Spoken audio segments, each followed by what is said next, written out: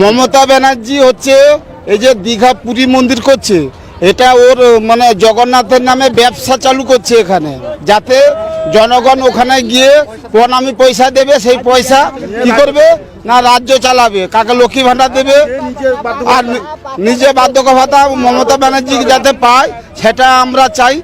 মমতা বেঁচে থাকুক।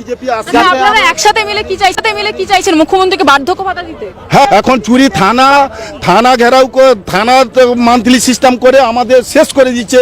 মদ থেকে রোজগার করে এখন রাজ্যটা চালাচ্ছে।